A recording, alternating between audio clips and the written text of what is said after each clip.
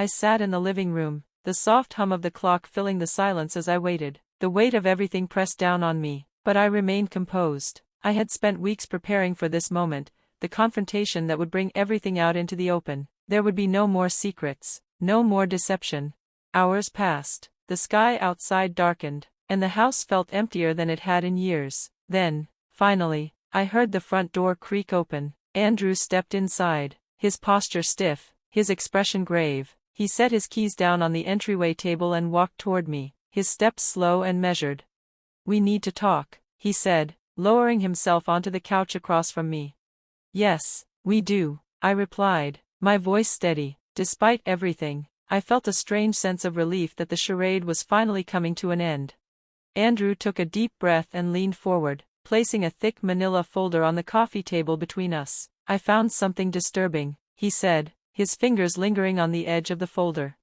I reached for it, expecting to see the evidence I had carefully laid out for him. After all, I had made sure he would find it: emails, financial records, call logs, proof of his betrayal. But as I flipped the folder open, I was met with something entirely unexpected. Printed emails, messages between me and my colleague, David, conversations about a project we had been working on, harmless discussions about deadlines and progress updates. But something was off. The wording had been altered, subtle edits twisting them into something they weren't. Innocent exchanges now read like the whispers of a secret affair. I looked up at Andrew, the corners of his mouth tight with false pain. "I know about David," he said, his voice strained, as if the words physically hurt him. "How long has this been going on?" For a moment, I could only stare at him, stunned by the sheer audacity. He had fabricated an affair, twisted reality to suit his needs. It was a perfect distraction from his own betrayal, a carefully orchestrated move to make me the villain in this story. The moment was so surreal that I almost laughed. "There's nothing going on with David," I said, my voice calm. "Those messages are about work, and you know it." Andrew scoffed, shaking his head as if he pitied me. "They seem pretty intimate to me," he countered. "All those late nights at the office, it makes sense now." And then, it hit me. This wasn't just about deflecting blame. He was rewriting the past, crafting a justification for his actions. He wanted to create a story where my imagined infidelity had driven him into Jenna's arms. The calculated nature of it sent a chill through me. "I think we should take some time apart," he said, reaching for my hand with rehearsed concern. "This isn't healthy for either of us." It was then that I realized direct confrontation would never work. Andrew and Jenna had spent too much time constructing their version of reality. They would deny, twist, and manipulate until their lies became the accepted truth. "Time apart might be good," I agreed softly. I watched his face closely as relief washed over him. He hadn't expected me to concede so easily. "I'm glad you understand," he said, squeezing my hand as if this were some bittersweet mutual decision. "This isn't about blame. Sometimes, people just grow apart." His performance was flawless. I wondered how many times he had practiced these lines, rehearsing them with Jenna in secret, perfecting the look of gentle regret in her bathroom mirror. "I'll stay with Jenna while we figure things out," he continued. "She offered her guest room when I told her about the situation." Of course, she had. I nodded, playing along with the script they had written for me, but in my mind, I had already moved to the next phase of my plan. If Andrew thought my quiet agreement meant surrender, he was gravely mistaken. The following week, while Andrew packed some of his things and moved into Jenna's apartment, I took a personal day from work. He and Jenna assumed I was in the office, burying myself in projects, licking my wounds. Instead, I sat in the dimly lit office of Douglas Parker, a private investigator specializing in infidelity cases. "I'm not looking to hire you," I explained, spreading my carefully compiled evidence across his desk. "I just need a professional assessment of what I've gathered, and advice on what else I might need." Douglas flipped through the documents, his expression shifting from mild interest to genuine admiration. "Most clients come to me with suspicions," he said, tapping a hotel receipt with his finger. "You've practically brought me a finished case file." "It's what I do for a living," I replied, "just, not usually in my personal life." He nodded. "Your evidence is strong, but taken individually, some of it could be explained away. You'll need more financial records showing deception, witness statements, and most importantly, proof that they actively plan to deceive you and others. That's what really strengthens your position." I left his office with renewed purpose. Over the next month, I uncovered far more than just their affair. Andrew had been diverting money from our joint savings into a private account for nearly a year. Jenna had been using my credit card for personal expenses, charging things in my name. The most damning evidence, however, was hidden in Andrew's cloud storage. His text messages, automatically backed up, revealed everything. Conversations between him and Jenna, filled with mockery and cruelty. "She's so caught up in her work, she hasn't noticed a thing," Andrew had written. "We could probably have sex on the kitchen counter while she's typing away in the next room." Jenna had replied, "She'll probably thank us for making the decision for her. She never really knew how to be a proper wife anyway."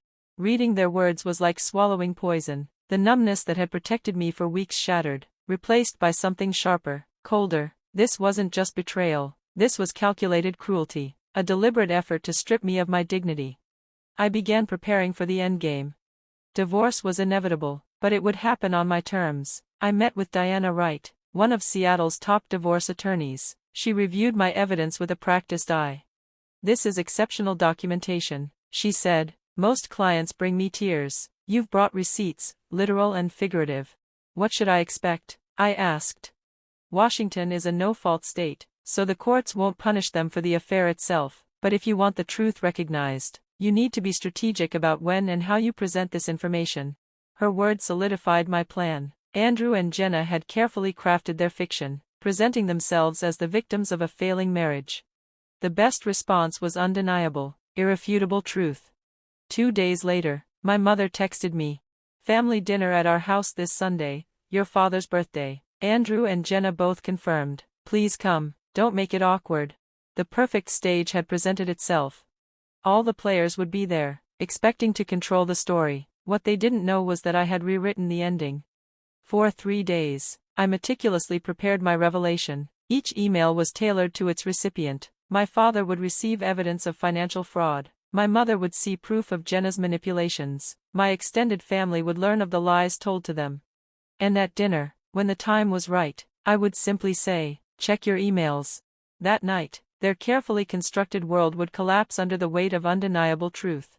And I would finally be free. Andrew tapped his wine glass with a spoon, the soft clinking sound cutting through the lively chatter at the dinner table. The conversation faded, and all eyes turned toward him. My husband of 7 years stood, clearing his throat, his fingers trembling slightly as he placed the spoon down. I watched him closely, not missing the way his gaze flickered to my younger sister, Jenna, before quickly shifting to some invisible spot above our heads. My heart beat steadily, betraying none of the emotions boiling inside me, because unlike the rest of my family, I already knew what was coming. I had known for months. Andrew took a deep breath before speaking. "I have an announcement to make," he said, his voice carefully controlled, though I could hear the strain beneath it. The room held its breath. My mother, father, aunts, uncles, and cousins, all gathered together for what was supposed to be a peaceful family dinner, stared at him with curiosity. "Vivien and I are getting divorced," he continued. His tone was stronger now, more certain. I hadn't planned on saying it like this, but since we're all together, it felt like the right time. Gasps rippled around the table. My mother's hand flew to her chest. Aunt Patricia looked like she might faint. My father's thick eyebrows knitted together in confusion. But Andrew wasn't finished. He exhaled, then did something that sent a sharp, icy dagger straight through the air between us. He reached across the table and took Jenna's hand. "My sister, my own flesh and blood." "There's more," he said, his fingers lacing with hers. "Jenna and I, we've fallen in love. We've been trying to fight it for years, but sometimes, love chooses you." Silence, a suffocating, heavy silence. My mother whispered, "Oh my God," like she had just witnessed a tragedy. Everyone turned to me, waiting, expecting an explosion, maybe tears, a scream, or even the dramatic shattering of a wine glass against the wall, but I did none of those things. Instead, I nodded and said, in a voice far too calm for the situation, "Everyone, please check your emails." Andrew blinked, caught off guard. "Emails?" he repeated, his forehead creasing. "I sent them right before dinner," I replied smoothly, pulling out my own phone and unlocking it. "You should have them by now." A murmur spread across the table as people reached for their devices. I watched them open their emails, their faces changing, eyes widening, lips parting in shock, and then, something more, a slow realization. My cousin David was the first to react. His mouth fell open as he scrolled through the contents, his fingers moving in a shaky rhythm. My mother, still pale from Andrew's announcement, gasped again, this time louder, more distressed.